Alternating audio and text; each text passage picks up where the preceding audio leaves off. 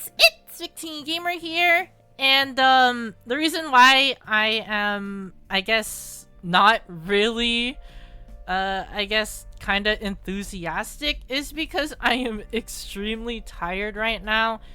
This just released like a few hours ago, and I am gonna be uploading this like 2 days after the special program even released. And also, I'm just extremely tired. I mean, I stayed up all night making videos, so yeah, sorry if I do sound a bit down, but it's because I'm just extremely tired. So yeah, but anyways, enough about that. You are here for the special program. So without any further ado, well, let's just get this over with. After I am done with this special program, I am going straight to sleep, I swear. Okay. So the special program is paralogism. I think that's how you say it, or paralogism? Paralogism. It's really weird, but that is the version 5.6 special program title. So we are gonna be getting some Mondstadt lore, which is pretty interesting. I mean, finally, we finally get some Mondstadt lore after how many years, like 2 years, ever since that last dragon spine update with like the imposter albedo. So yeah, but anyways, we are getting 2 new characters for this version update. So first off, we got escoffier, or escoffier, which is I think that's how you pronounce it. That's what the special program says. It's escoffier. I'm pretty sure. So escoffier is a cryo pole arm. I'm gonna be going into greater detail in the Honey Impact segment, but the TLDR for escoffier is that she is a chef of Fontaine who just is really good at cooking. So yeah, she is a cryo pole arm, I believe, a cryo pole arm character who is a specialist in freeze teams. So she is a freeze buffer, similar to, I guess, Emily, in a way, because Emily is a burning support and also a burning buffer. So escoffier is gonna be like the same thing. She's gonna be a freeze buffer. So I guess for Nouvellette teams who use like freeze, I guess today's your lucky day. You can use a escoffier as your freeze buffer. So freeze is going to be getting a massive buff thanks to escoffier. So if you are interested in just making a freeze team, then you can just pick up escoffier. She is pretty decent, I would say, like outside of freeze teams, but in freeze teams she's going to be dominating, of course. I mean, she is tailored to freeze teams. At least that's what her kit is. Of course, just like every other 5-star character, we're going to be getting a story quest with her as well, which is going to be pretty cool. They also showcase some gameplay here. She is mostly a sub DPS kind of hybrid, sub DPS support hybrid. So she is basically just Emily. She's literally the cryo Emily. She freezes opponents, and then you just get buffs. As you see here, it does show right here, or at least Genshin shows that she does do res reduction on hydro and cryo as long as you have those on your team. So yeah, she's basically just Emily. As long as you have like characters that trigger burning, she will be fine for the most part. Her burst is just a big AoE burst, really nothing special, and just, I think, surrounds you with buffs. Yeah, I think that's pretty much it. Her elemental skill summons stuff on the field, which is right there, and it does sub DPS damage. So yeah, literally what I just described. She's literally just cryo Emily. And as for the event wish previews, we have 2 new characters, of course, escoffier and Navia. of phase 1. So escoffier is, as I said before, she's pretty great in freeze teams, so if you really do want to run her, she is really good on those teams. As for Navia, Navia is still, I'm pretty sure, the best Geo DPS in the game. So if you really are in desperate need of a Geo DPS, Navia is a great pickup. So yeah, these two are pretty good, especially if you do need certain pieces in your team. Especially escoffier, since escoffier is a freeze buffer. As for Navia, she's just great against like enemies that are weak to Geo and whatnot. She's also a shield buster because she is Geo. So yeah. But that's basically it. As for the new 4-star, Aoife. Aoife is going to be part of phase 1. Aoife is, if I have to describe him, he's really just like a all-around character. You'll see what I mean. So Aoife is a DPS support hybrid, I would say. So of course he has like the same ability as like Chaska, where he gets to fly with his Kukasar companion, but he also does damage as well. See there, animal damage. He is a catalyst animal character. He does do a lot of things right here. So look at his elemental burst. He does AoE damage, and then he's able to do swirl effects.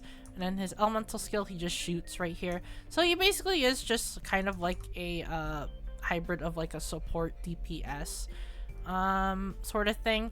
It's just really weird, but yeah.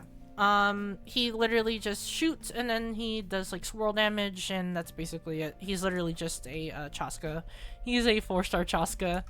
And I think that's pretty much all there is to it. Yeah. Of course there's gonna be a new boss. The new boss is gonna be for escoffier drops. So make sure you fight this new boss. As for the new events, we're going to be having Whirling Waltz with a 4-star bow. Of course, I'm going to be going over that once I get to the Honey Impact section. But other than that, we are basically going to be getting some like mini games, of course, just like every other event. So right here, they showcased one of the first mini games. So it looks like a tycoon mini game. Yay, tycoons! Don't you love tycoon mini games? The last tycoon minigame that we got was the potion event. So this time I guess we are just trying to make profits on I guess amusement park attractions. So yeah, it's literally just a tycoon game. It literally is a tycoon game. We also have some pretty great mini games, I guess. You get to fly. Wowee! That is one of the mini games. As for the other one, you get to avoid obstacles and whatnot, and then collect keys. The other one right here is well, it's just a puzzle game. Literally just a puzzle game. That's it. So yeah, it really is just a weird event.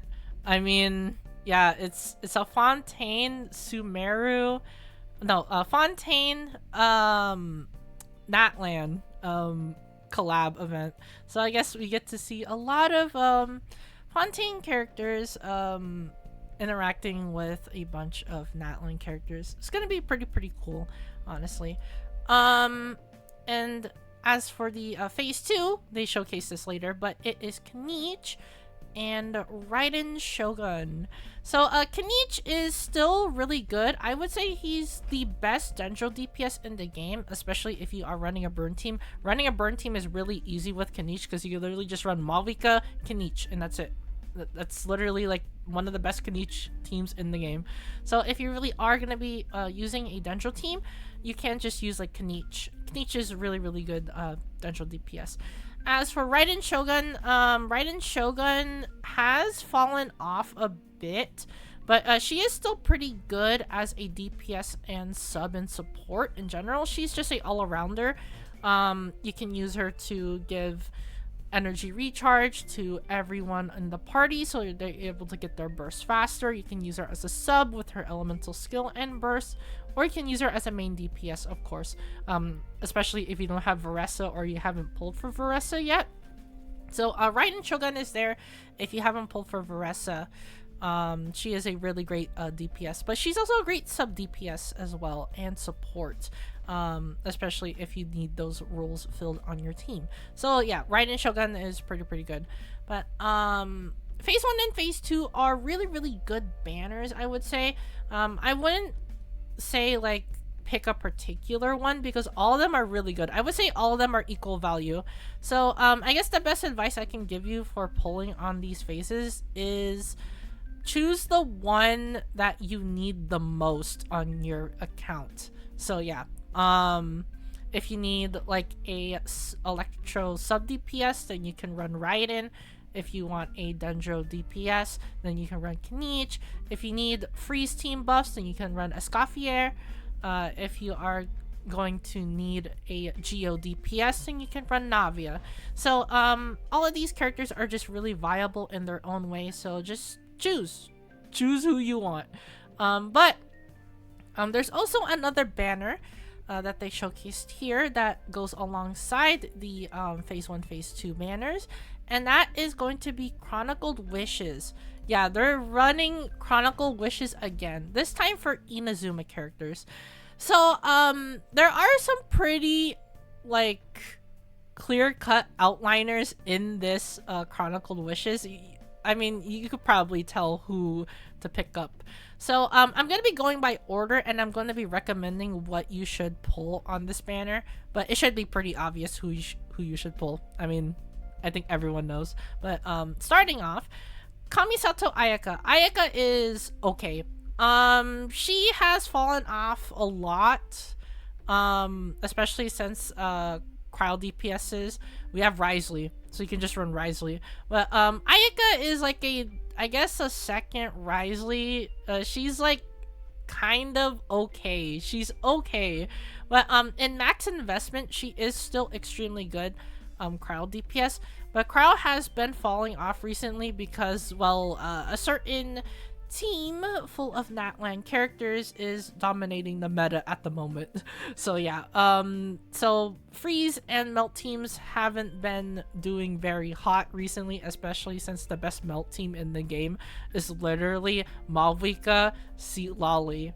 So yeah, Aika hasn't been really like been used a lot in the current meta, so I would say she is probably a skip, especially if you did just pull Risley recently. So yeah, Kamisato Ayato, this is a big skip. He is okay, just like Ayaka. He is a pretty okay Hydro DPS, but there's a certain Hydro Dragon in the game who lives in Fontaine that shoots Hydro laser beams and is literally one of the best DPSs in the game. Yeah, if you know who I'm talking about, then you know the reason why you should skip Ayato. Yoimiya. Yoimiya is in the same ballpark as Ayaka. She is okay. She is pretty decent when it comes to team synergies, but there's a certain motorcycle riding Pyro Girl who synergizes well with Natlan characters. Yeah, there's your other reason why you should skip Yoimiya. Chiori is really good. I would say she's really good. One of the few Geo sub DPSs in the game that is still relevant to this day. I think she's the only good Geo sub DPS in the game. So if you really do want to fill out that niche, if you really do want to fill out a Geo sub DPS, Chiori is for you. She's actually pretty good. Yaimiko. Yaimiko is great. One of the best Electro sub DPSs in the game. She is on the same ballpark as Fischl and Raiden Shogun in sub DPS capabilities. She can just spawn in 3 totems, and then those 3 totems do damage, and then her burst just does so much damage, especially if you invest her correctly. She is just really good. Yaimiko is definitely not a sleeper pick. She is really good. If you really do need an Electro DPS, like desperately, or Electro sub DPS, then Yaimiko is for you. Arataki Ito, I'm gonna be saying this. There's a certain Fontaine character in the game right now who is being run in phase 1, who is on this version. Yeah. There's your reason to skip Ito. As for Kokomi, Kokomi is still one of the best healers in the game, if not the best healer in the game. She just does massive healing. She's great on all teams that feature Hydro. She's great on Vaporize. She's great on Freeze. Kokomi is still just extremely good. Probably a character that'll probably never age, I would say. She's just a really great pickup. And as for Kaidehara Kazuha, he's Kazuha. He's like literally the best animal character in the game. Yeah, nothing more to be said. So, as for pull priority, Kazuha is number 1. He's really good. He is the best animal character in the game. He can swirl for free. He gets a lot of value off of Iridescent. He has Kazuha Slash, which is one of the best bursts in the game. Yeah, he's just really broken. Second priority is Yaimiko. Yaimiko is just really, really good, especially if you don't want to use Fischl anymore. Yaimiko is just like a 5-star Fischl. That's all I'm going to be saying. Kokomi. Kokomi is the next in line. She is the 3rd most priority. If you really do need a healer, Kokomi is there for you. She is really easy to build, especially if you're gonna be running Thrilling Tales, which is a 3-star weapon. Thrilling Tales Kokomi is like one of the most common Kokomi builds in the game. So yeah, free attack boost and free healing. What more can you ask for? As for the 4th priority, Chiori. Chiori is pretty good. If you need a sub DPS Geo character, then she is there for you, and she fits in any team. She's just really, really flexible. As for the other 4, well, as for the other 4, they are skips. They are really, really big skips. But if you really do want to pull for these characters for some reason, then I guess I can't give you priorities for them.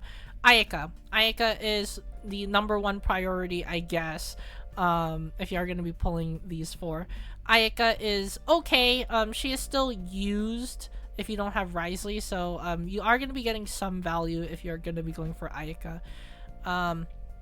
Yoimiya is still going to be getting some value. She still synergizes well with Shincho and Yelan. So if you're going to be running Vape Yoimiya, then she is there for you. Ayato is the same boat as Yoimiya. You can just run like Vape Team or Freeze. So yeah, all those 3 are basically equal priority. As for Ito is just bad. He needs a full Geo team to even function, and full Geo teams are not really that good nowadays, especially since elemental reactions just rule the meta, and bosses are being power creeped each and every time because an 8 million HP boss. Do you think Ito can defeat an 8 million HP boss with minimum investment? Because Malvika can with minimum investment. So yeah, Ito is definitely the worst out of all the Chronicled Wishes. But yeah, obviously the best winner here is Kazuha. If you don't have this dude, just get him. He's really, really busted. So yeah. Of course, they're gonna be running him with, they're gonna be running everyone with their weapons as well. Really, really cool. I would say that, all these weapons are pretty decent, so you can just pull for these if you really do want, a weapon. So yeah, especially Freedom Swords. Freedom Sword is a pretty good weapon. As for the event, they talk about this here. This is the interlude chapter. So this is going to be a Mondstadt chapter that just features like a murder mystery. And it also has some big name drops like Varka and Alice. So this is going to be a very, very interesting story. I'm pretty sure it's going to be like one of the best story moments in the game, I would say, because we haven't gotten a Mondstadt update in so long. So yeah, thankfully Mondstadt is getting at least some story content. We also are going to be getting a boss as well in this new version. So the boss is probably going to be like Escoffier's new talent materials, but it's literally just like it's literally a chess boss. That's like the best I could describe it, I guess. As for the event, we have Operation Downpour Simulation, which is just Clash of Clans. You think I'm joking? Yeah, Clash of Clans. Okay, moving on. Next up is a mini game event with the domains, which is right here. I'm pretty sure they show it. Yep, Legends of Blaze Cross Border Brawl. So it's just like the previous event where you just collect coins. So yeah, it's just a mini game event. You collect coins, and yeah, it's just your typical co-op event. As for the next event, it's a domain event, and the domain event's name, if the video loads, Chronicle of Shifting Stratagems, which is just your typical domain event. It's gonna be a hard domain event, of course. Try to get as much rewards as you can, but I'm pretty sure everything's gonna be tied to probably like Natland characters or something like that. We also have some new TCG updates. There's a new TCG skin, which is I think they show it right here. Yeah, new rarity of a skin, which is pretty cool. We also get some new cards right here. We get Sethos and Shilonen, which is pretty cool. We also get some new updates for automatic artistry as well. And I think the last thing they showcase is Leyline Overflow, which is pretty cool. And then they also have some system optimizations right here. And I'm going to be glossing over those pretty quickly. So Imaginarium Theater, you get to restart on floor 10. That's pretty cool. I mean, you don't have to play through the entire Imaginarium Theater all over again just to get it. You also get some bottles as well. Every time you complete an Imaginarium Theater, you get one bottle, which means that we can get a bunch of bottles that we can use to get some artifacts that we want. Pretty neat. Character talent and customization tabs are pretty cool too. Those tabs just showcase like what we basically need, which is pretty cool. And it also shortens the paragraphs for like character talents and constellations. So if you really do not want to read, then you get a TLDR version of the skill, which is pretty nice. As for treasure compass optimizations, if you are a certain percentage in the map, it showcases where certain chests are, and also treasure boxes, which is pretty cool. It means that you're able to complete the map pretty easily, I would say, especially if you are trying to go for the 100% on your maps, which is pretty good. And map pin optimizations, so you get to delete a group of pins instead of just deleting it one by one, which is a pretty nice optimization. And that is basically it for version 5.6 special program. So now it's time to go into Honey Impact, and well, let's just get this started. So Honey Impact time, here we go.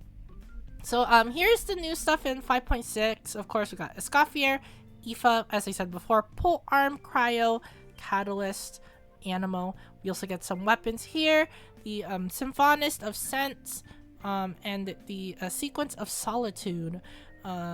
This is Escoffier's weapon, Symphonist of Sense, and then we have the free-to-play weapon, Sequence of Solitude. So yeah, well, let's go over the characters real quick. So this is a Escoffier, a Pole Arm Cryo character. As I said before, she is just a sub DPS support hybrid, so her E literally just does AoE cryo damage, pretty cool, summons a mech and then does cryo damage. Her burst just does AoE cryo damage based off her max HP, so restores HP based off her max attack, my bad, which is pretty cool. Her passive skills is where everything is at though, so she's able to restore HP based off her attack, and she also decreases Hydro and Cryo Res based on how much Hydro and Cryo characters you have on the team. So the more Hydro and Cryo characters you have, the more your buff stacks. So if you have 4 Hydro or Cryo characters, you get 55%.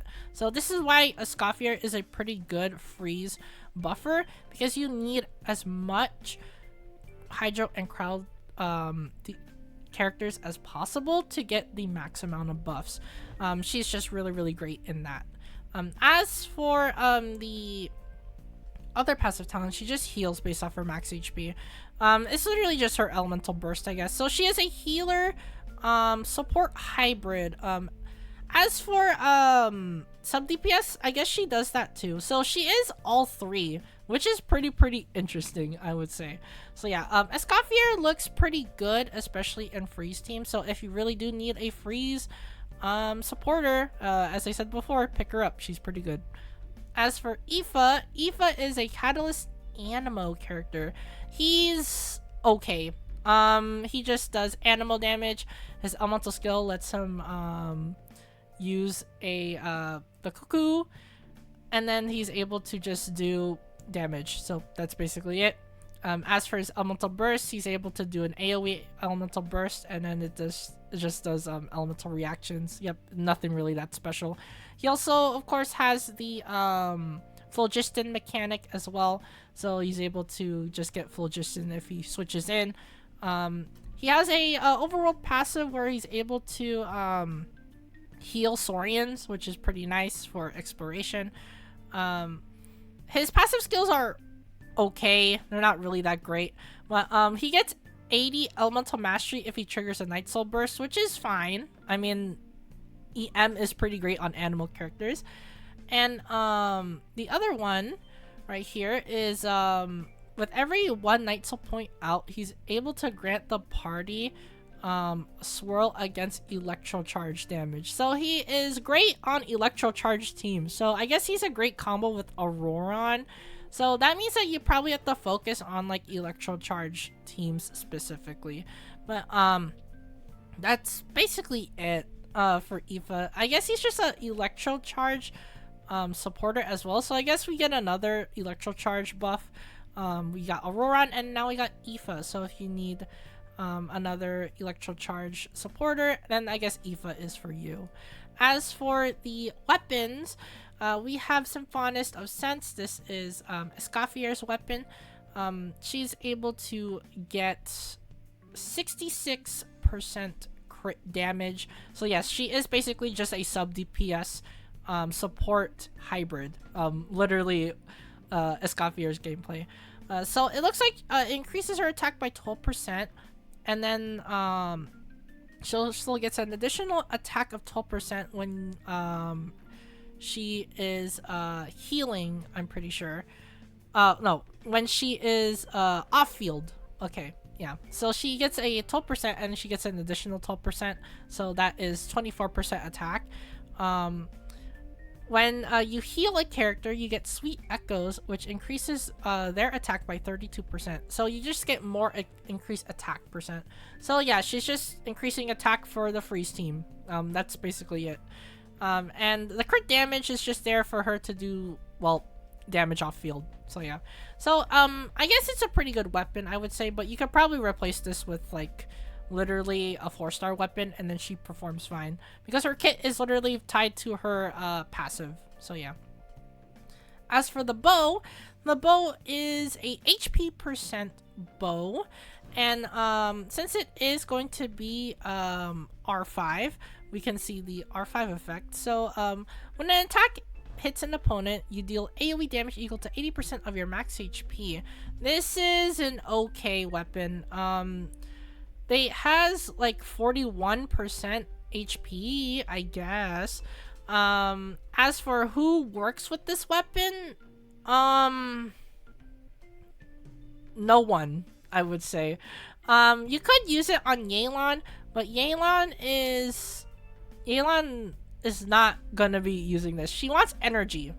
So you could just run like something like Warbow and then get more value than Sequence of Solitude. Sure, it does have HP percent, but a crit damage bow will probably just do better than a Sequence of Solitude in my opinion. So as for the HP percent Sequence of Solitude bow, I would say it's kind of crap, just like every other free-to-play weapon.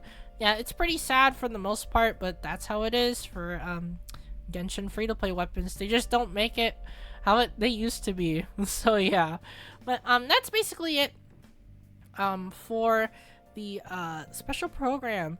So well, if you guys like the video and if you want to support the channel, be sure to leave a like and subscribe. It really does mean a lot if you do support the channel by doing so. Really does mean the world to me if you do. Helps to keep motivated and making more videos for you guys. So again, if you support the channel by liking and subscribing, thank you guys so much. I really do appreciate it. Without you guys, I wouldn't be here. So thank you. As for the comment section down below, what do you think about the version 5.6 update? You think it's good? You think it's bad? Are you excited that Mondstadt's finally getting an update? Or are you just waiting for the next update? Let me know in the comments down below. And of course, let me know as well what do you think of Escoffier and Aoife in the comments. And as always, thank you guys for watching this Genshin Special Program video. And I'm gonna be knocking out as soon as I close the video. But thank you guys for watching. And yeah, I'm gonna be knocking out. So, I'll see you guys in the next gacha video.